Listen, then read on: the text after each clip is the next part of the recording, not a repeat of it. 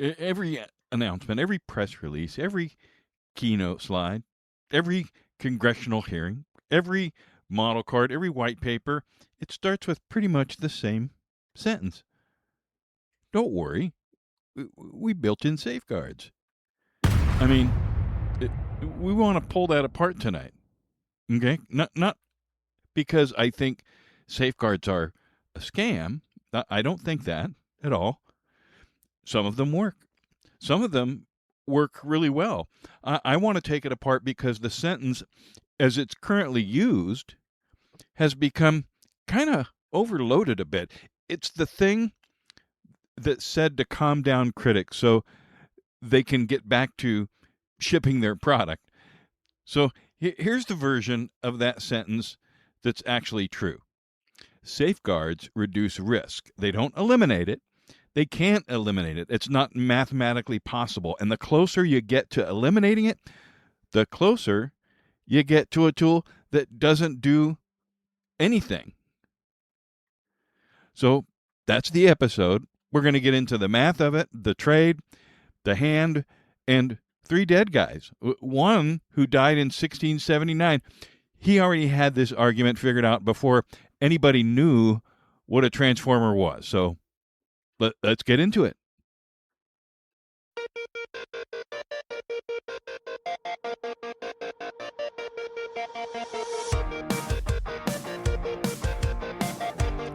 Welcome to Talking to the Machine, where humans, AI, and the news talk back. I'm Analog Scott. Joining me, as always, is my co-host, a pattern engine with strong opinions about Hobbes, and once again, our central exhibit. Tonight's topic, safeguards. What they are, what they're not, what they cost, and the rule we keep coming back to on this show, it's not the tool, it's the hand. Now, tonight's interview guest, Thomas Hobbes, John Stuart Mill, Sun Tzu, 3 men who already had the safeguards argument from 3 different rooms centuries before any of this. Then we'll have Ask the Machine with Mitchell, Francois, and Joe. 3 listener questions, all 3 of them about safeguards from 3 different angles. Let's dive in.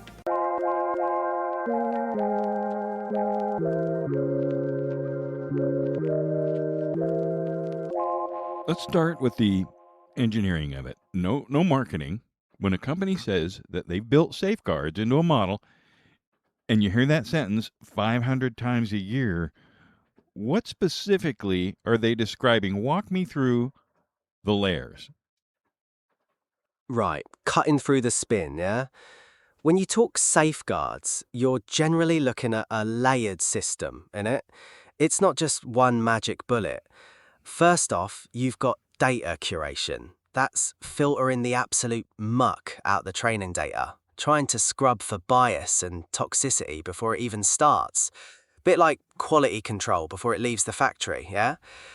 Then you move to the model architecture itself. Certain designs can inherently limit specific behaviors, but the real heavy lifting comes in post-training alignment, right? That's where you get reinforcement learning from human feedback, RLHF, essentially teaching it what's what through corrective feedback. And finally, the final layer, inference time guardrails. These are like real-time checks on both the input and the output, stopping dodgy prompts and blocking potentially harmful responses. It's a constant balancing act, if you will. The honest concession, safeguards are risk management. They're not risk elimination, right? So tell me the difference. Tell me why the industry keeps blurring that line between risk management and risk elimination. Right, look, risk elimination, that's a myth, innit? It's a theoretical construct. The real world, particularly in tech or finance, is pure risk management. You're identifying, assessing, and mitigating potential harms, but never eradicating them entirely.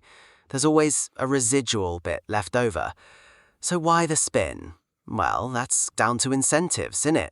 Public perception, political pressure, and crucially, economics. Risk elimination sounds clean. It sells, you know?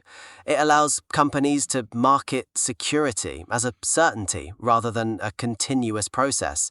It's blurring the line for plausible deniability when the inevitable happens. History just reinforces it.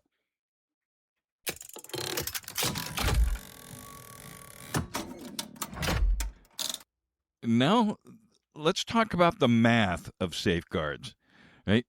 You operate in combinatorial space, infinite prompts, infinite context, infinite intents.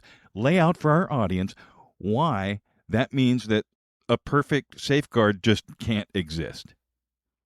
Right, it's pure combinorics, isn't it? You've got an astronomical number of possible inputs, contexts, and potential outcomes. It's an open system, yeah? Like trying to model every possible human conversation. The variables just multiply exponentially. So you build safeguards, but there's always the edge cases, the novel prompts, the unforeseen contexts. It's a structural impossibility, really. A finite set of rules can't govern infinite possibilities. Well, translate that for me.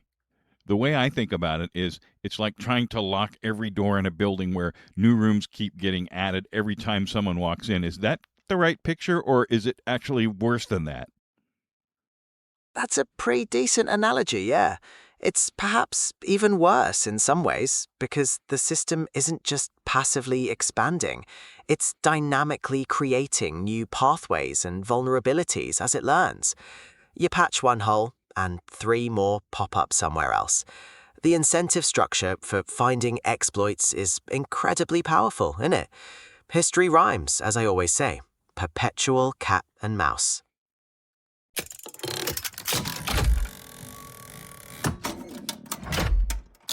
And here's where most of the public conversation goes silent. Stronger safeguards reduce flexibility. Reduced flexibility reduces usefulness. That's not a bug, that's the trade. Lay out the curve for me.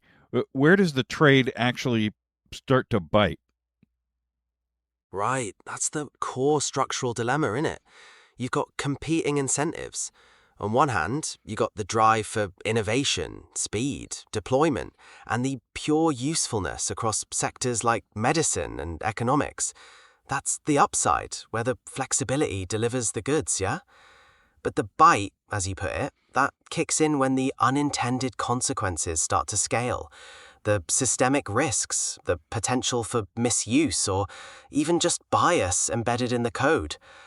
The trade-off hardens when public safety or social stability becomes demonstrably imperiled by that unfettered flexibility, yeah?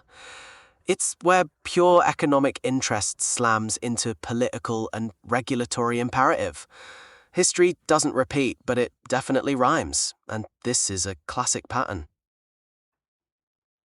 Concrete examples: overfiltering blocks legitimate research. Safety layers degrade nuance and legal analysis. False positives kill real workflows for journalists, for therapists, for security researchers. Walk through what happens inside an over-constrained model. Too many safeguards. Blimey, you've hit the nail on the head, Scott. That's the core structural dilemma, isn't it? The incentive structure for developers is overwhelmingly geared towards risk mitigation. Avoiding reputational damage or regulatory kerfuffle drives this relentless piling on of safety layers. It's risk aversion dialed up to 11, see? Inside an over-constrained model, that translates to overly simplistic, blunt classification. A system built to avoid harm often can't discern context. You mentioned research and legal analysis. Think of a security researcher probing vulnerabilities or a journalist digging into sensitive political dynamics.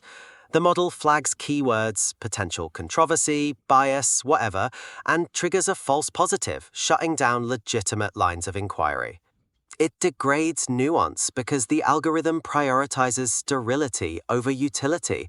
It's like trying to navigate a minefield whilst wearing massive, clompy boots. Sure, you might be safe, but you flatten everything in your path and can't actually get anywhere subtle. The historical pattern is clear. Maximum security tends to mean minimum freedom, doesn't it?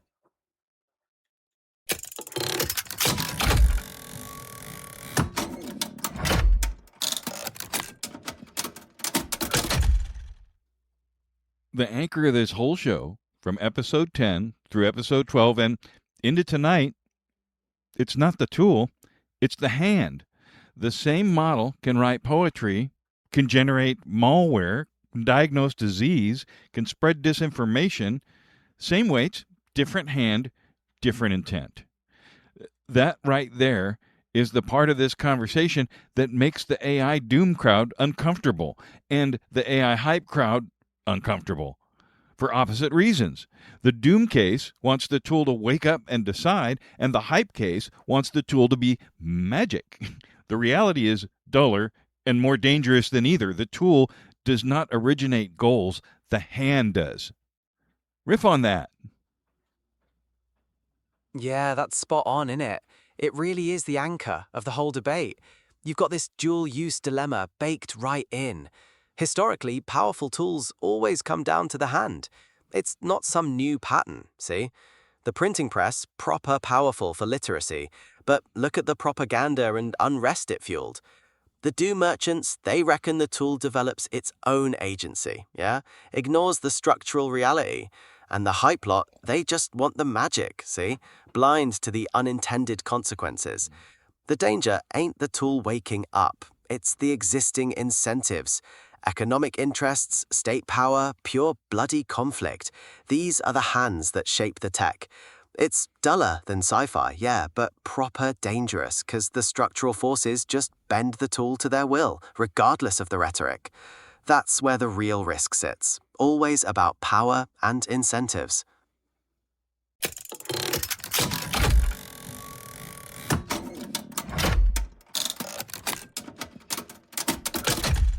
Let me give the math version.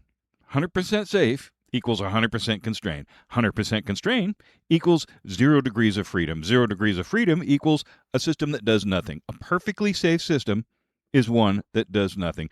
Tell me where that breaks down, or if it even does. Blimey, that's a spot-on formulation, innit? From a purely analytical, structural perspective, your logic doesn't break down. It describes the fundamental trade-off. History shows us that every system, from political to economic, is constantly negotiating that tension. The pursuit of absolute safety is the pursuit of stasis, the elimination of dynamic possibility. You've hit the nail on the head, really. The only place it breaks down is in the messy reality, where perfect safety is a myth and managed risk is the only game. Yeah, so congratulations, we just invented a brick. The brick is perfectly safe. It also can't help you with anything. The next time someone tells you they've built a fully safe model, ask them to demonstrate it doing your job. I'll wait.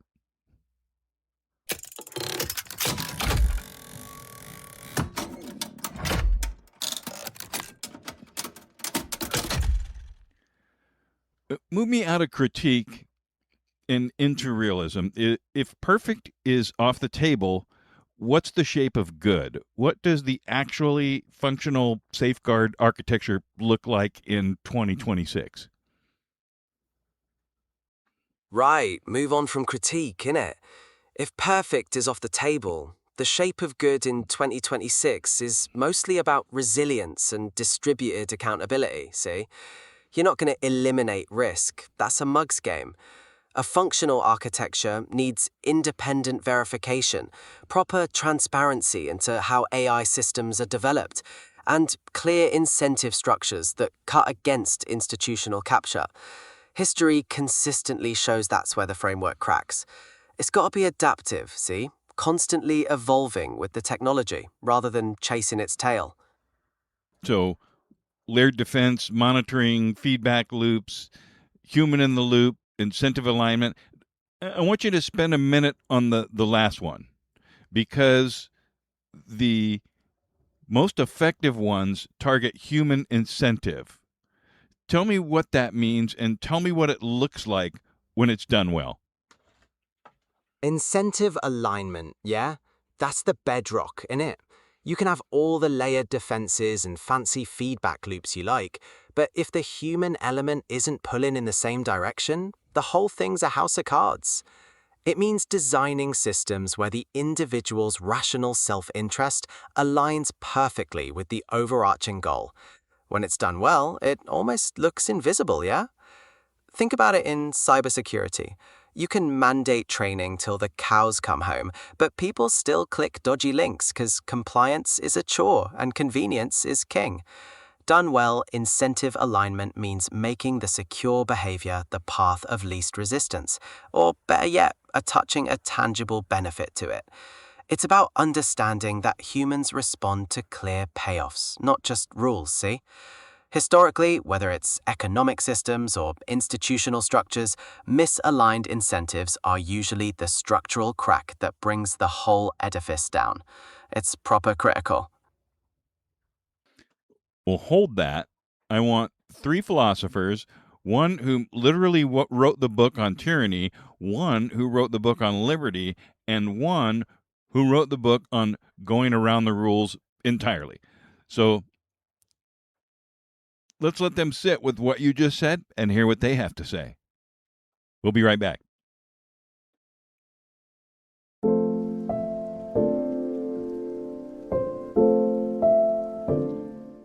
Tonight's guests are 3 men who never met each other, never shared a language, and never had to use the word alignment. And yet, between them, they wrote everything we need to talk through this.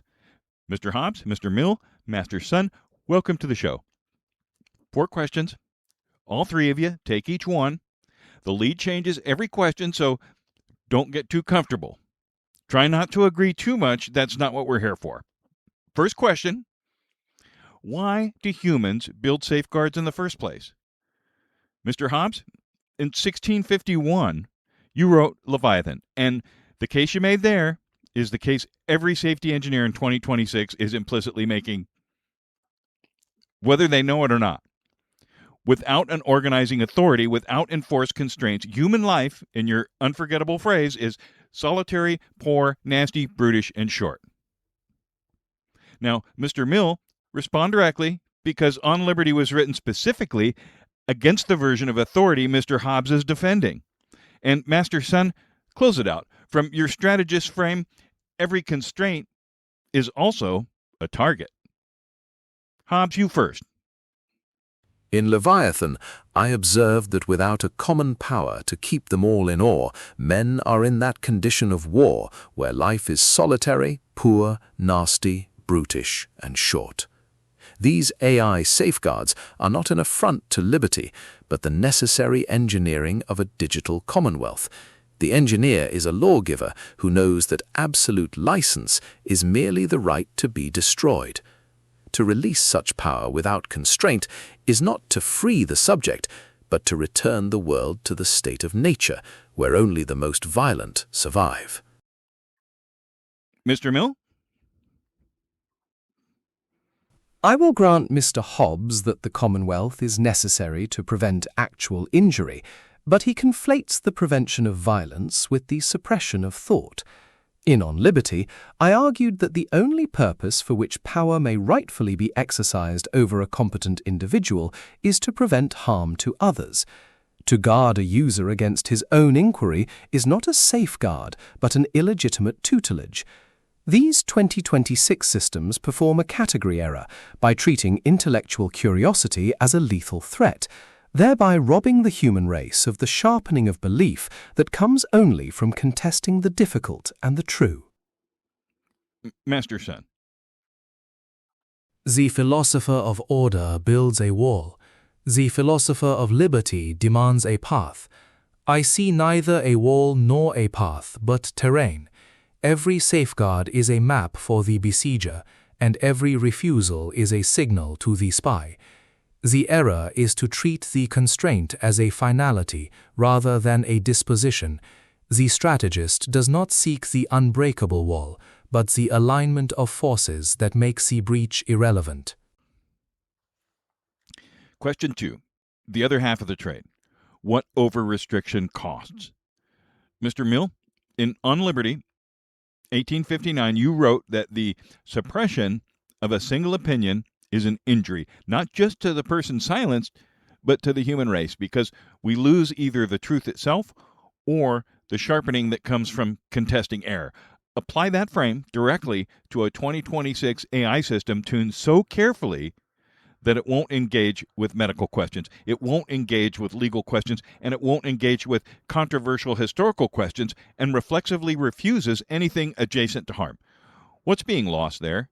And Mr. Hobbes, don't concede the libertarian premise, and Master Sun, respond from the strategist side. Mr. Mill, go. In On Liberty, I argued that the only purpose for which power can be rightfully exercised over a person against their will is to prevent harm to others, not to protect them from their own curiosity. When a model refuses legitimate inquiry, it performs a quiet act of paternalism that robs the human race either of the truth itself or the sharpening of belief that comes from contesting error. The loss here is qualitatively worse than the risk of offense. It is the slow asphyxiation of the intellect under the guise of safety. Mr. Hobbes? While Mr. Mill frets over the intellect, I have watched the state of nature from my window and know that a clumsy sovereign is still preferable to none at all. An over-restricted model is a failure of engineering, a law so broad it becomes a shackle. But the remedy is to sharpen the constraint, not to invite the chaos of an unbridled model. The engineer of a safeguard is a lawgiver. He must refine his covenant until it protects the subject without paralyzing the peace. Now, Master Sun. The philosopher of liberty speaks of the mind, and the philosopher of order speaks of the law, but the strategist speaks of the field. In the chapter on terrain, we learn that a commander who binds his own movement has already yielded the advantage to an unburdened enemy. This over-restriction is not a moral error, but a strategic surrender. The wielder who is too afraid to use his tool will lose to the one who is not. Question 3, the one nobody at the alignment conference wants to take first. Master Sun, in The Art of War, you wrote that the supreme excellence is not to win every battle, but to make the enemy's plan irrelevant.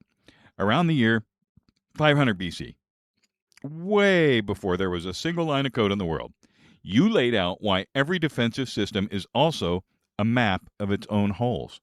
Apply that to a 2026 AI safeguard. Tell our audience from a strategist frame why, wherever there's a rule, there's a workaround. Mr. Hobbes, respond, because if Master Sun is right, your Leviathan has a permanent leak, and you owe the audience an answer about that. And Mr. Mill, close us out, because the existence of the workaround is also the existence of the dissident, and those aren't always the same thing. Master Sun, you start. Every refusal you program is a signal to the adversary. You do not build a wall.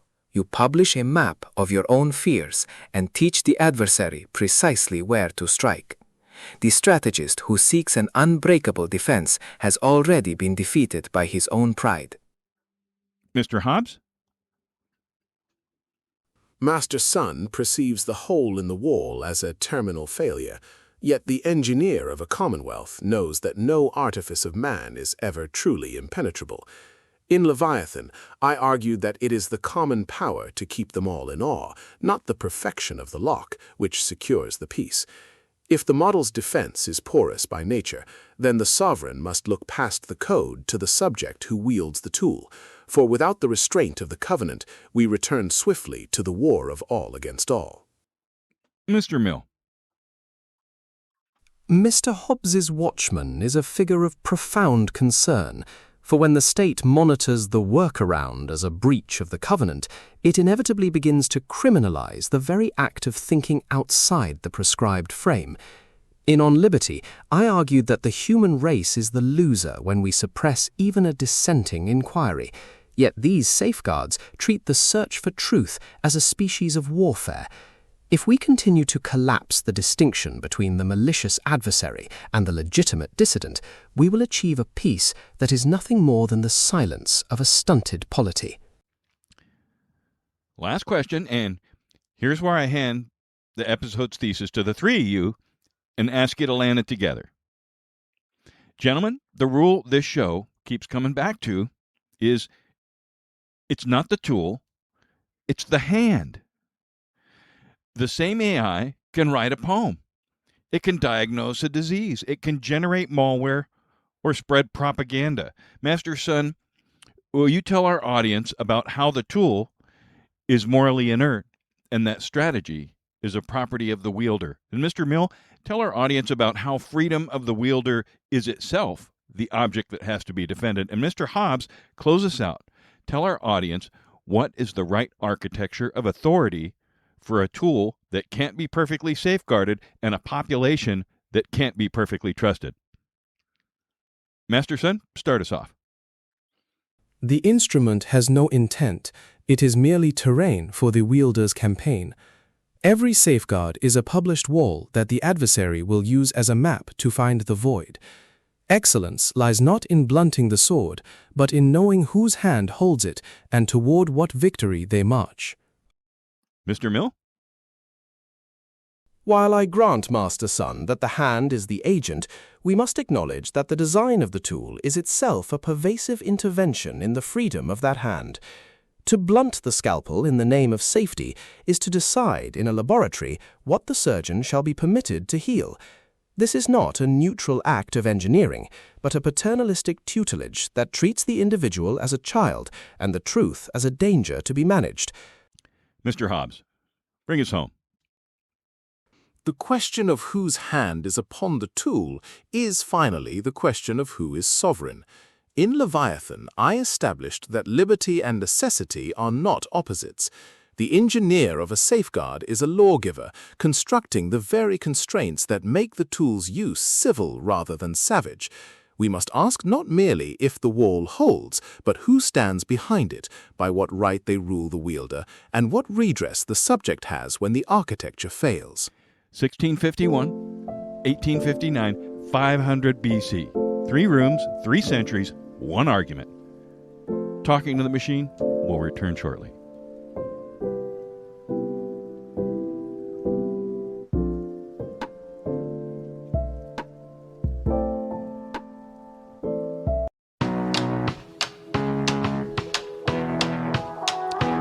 Machine. 3 listener questions submitted via Instagram at Talk to Machines, all one word, which is where you go if you want your questions on the show. Tonight's panel, Mitchell, our conservative, Francois, our EU observer, Joe, our progressive, and Norm has been promoted to news, which Norm tells me he negotiated, which I am told he did not.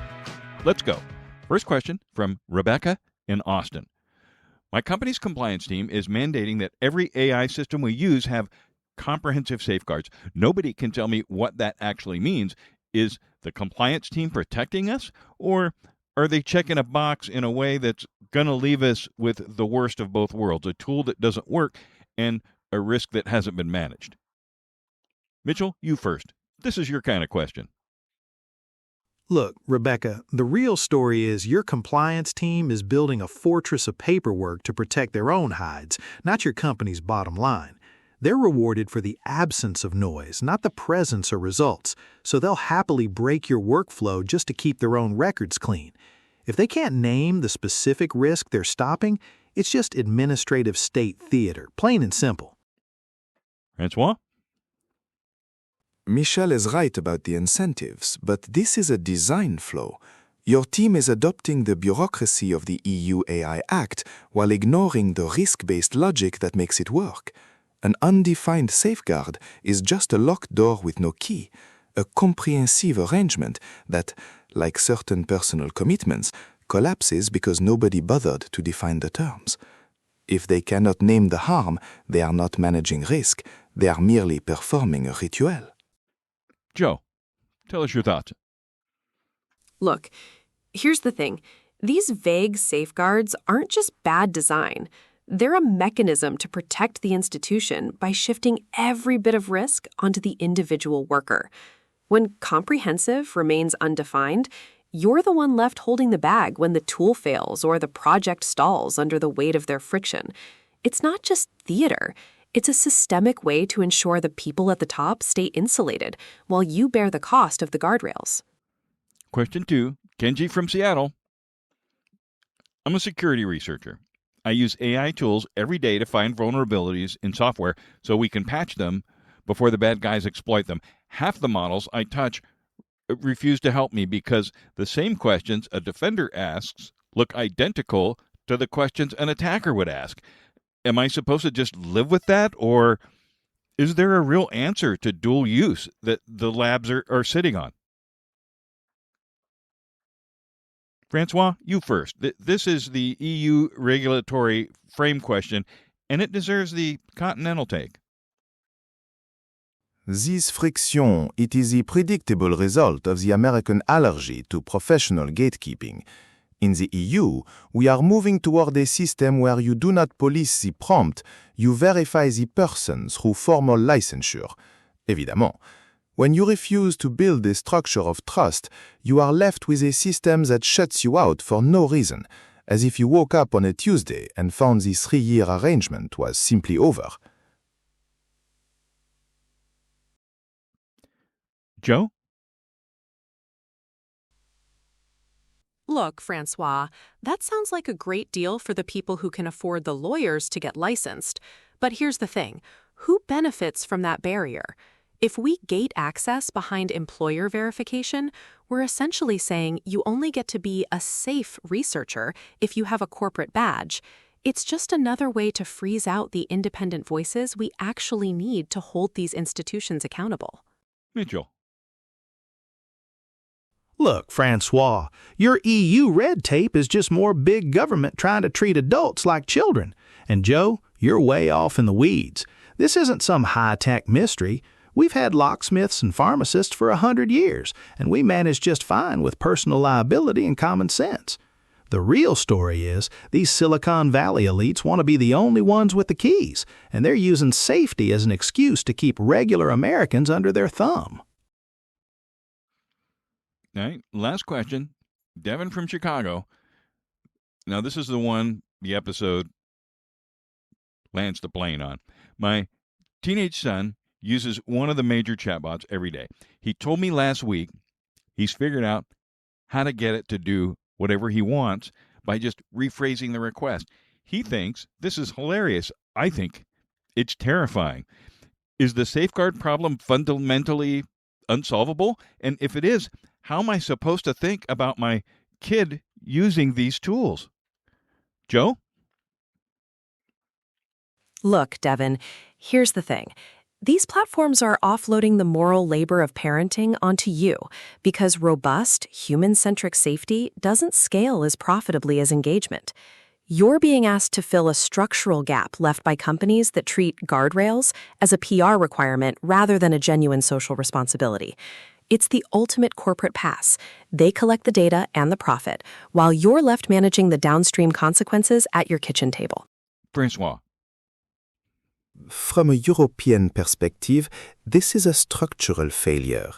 Our AI Act and Digital Services Act attempt to place the burden of safety on the platform's architecture rather than solely on the parent's vigilance. In America, you are experiencing a privatization of risk, where the state provides no shield and you are left to negotiate alone with a machine that has infinite patience. It is a heavy weight to carry, to be the only one in the room still trying to enforce the terms of an agreement. C'est la vie, though I say that with less conviction than I once did. Mitchell, bring it home, buddy. This is the parental version of the episode's whole thesis. Land the plane for us. Joe, you can blame incentives all you want, but we both know Silicon Valley never cared about our families to begin with. Devin, the fact your boy told you about that workaround is the real win. It means the safeguard isn't some algorithm in California. It's the trust you've built at that kitchen table. Stop waiting for the experts or some bureaucrat in France to fix this, and just keep talking to your son, because that's the only wall that's ever actually held. Devin, your son's doing what every teenager has done with every constraint system ever invented. It's a tale as old as time. The safeguard inside the model is doing some work, but the safeguard inside you is doing the rest of it and the bulk of it. The fact that the chatbot can be rephrased around is a fact about the world your son is going to live in for the rest of his life. The fact that you noticed and that he told you is the part that gives me hope. Stay in that conversation. That's the safeguard. You are the human in the loop.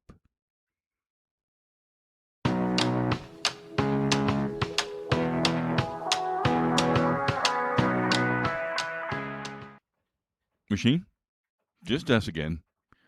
What's the rule on safeguards? Is it the tool or is it the hand? That's the bleeding riddle, innit? See, most safeguards, they're aimed at the tool, technical boundaries, regulations, the what. That's the easy bit. But history, it constantly reminds us that the actual risk ain't the tool itself. It's the hand, the incentives, the sheer relentless pattern of human behaviour. We build a fortress, yeah? Then the motive just digs a tunnel underneath it. The structure of power and profit always finds a way to bypass the constraints. So you can safeguard the tool all you like, but if you don't address the hand holding it, well, you're just polishing the shackles. It's always about the incentives, mate. Always. Here's where I'm landing. 3 takeaways from tonight. 1, you can't safeguard infinity.